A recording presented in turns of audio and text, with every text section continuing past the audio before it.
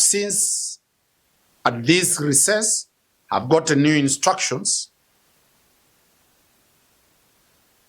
The instructions are that, Your Honor, the court rendered its decision on the 16th of September. We filed our application on the same day, but seems that application has been overtaken by events because the subject matter, the body of the late Kinani, was picked at night and buried at night. And therefore, if the subject matter has already been buried, our application has been overtaken by events. However, we shall move into a competent court to seek different orders for exhumation. Your Honor, in light of that, we urge that the court marks this application as withdrawn by being overtaken by events. That's all, Your Honor. Now, good morning, members of the Fourth Estate. My name is Stanley Kinyanjui, an advocate of the High Court.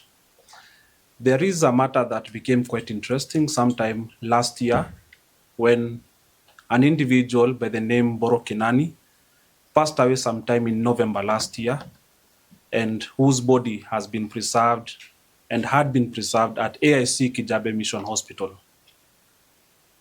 We were given instructions to stop any intended burial by third parties, which we did, and we moved the magistrate court, and orders were issued accordingly.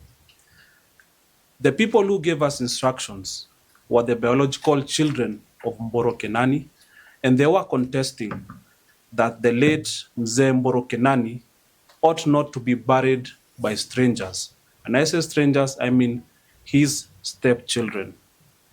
The magistrate court later on delivered its judgment and granted our clients the right to bury their father. However, unbeknownst to them, the respondents, who are the stepchildren of Mzee Mburu Kinani, moved to the High Court and sought a stay of those orders. Now, a stay again was granted by the High Court, and we agreed to dispose the matter by submissions. However, in between, we noted that in the supplementary record of appeal that was filed by the appellants, there were documents which had been sneaked in and which had not been filed in the lower court. We then filed an application to expunge those documents from the supplementary record of appeal and from the court record. However, the court, in its wisdom, decided that these documents were properly on record. And on the 16th day of September 2025, the court delivered that ruling, and thereafter, without giving any indication or even some small time and leave to appeal that ruling, continued and delivered its judgment. The judgment, in essence, came to overturn the decision of the magistrate's court and allowed the burial of Mzee Mburu Kinani by his stepchildren.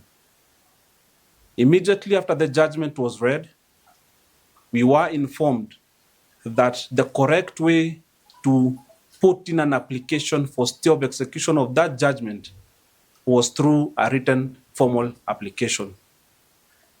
The same day, slightly past midnight, we filed an application seeking a stay of execution of those orders that emanated from that judgment.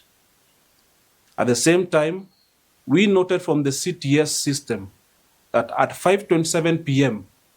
on the 16th of September 2025, the firm representing the opponents, that is the appellants in the High Court matter, had requested for a decree. Now, ordinarily, one would think and suppose that All these documents having been filed out of court business hours, the same would be considered the next day. And true to that, the decree, or rather the request for decree that was made at 5:27 p.m. on 16th of September was efficiently and quickly acted upon, and a decree issued barely 24 hours later. However, our application, which we had also filed, did not get any directions. We waited for directions for the entire day of 17th, and the directions were neither forthcoming, neither was there an indication of any orders being made. Later on, we were informed by our clients that shortly after the judgment was read on the 16th of September, their step-brothers had already gone to AIC Kijabe Hospital and requested for mortuary fees and all expenses that were pending, and they even brought with them a casket to carry the remains of Mburu Kinani. On the 17th, I'm also reliably informed that the hospital was served with a decree that, as you can remember, I said was efficiently extracted within a span of 24 hours and served with that decree and the judgment. Now, the hospital had no any other thing or other step that they would take only to release the body of Mburu Kinani, which they did. And Mzee Mburu Kinani, as we have been informed, was buried on the 17th of September 2025 at 6 p.m. in the evening. Now, that then put us in a quagmire where we could not understand and appreciate what had happened to our application. Surprisingly, our application was given directions a day later, that is on the 18th of September 2025. Remember, this is an application that was filed under certificate at a few minutes past midnight on waking up for the 17th of September. So we had no other option but to withdraw that application, bearing in mind that it had already been overtaken by events.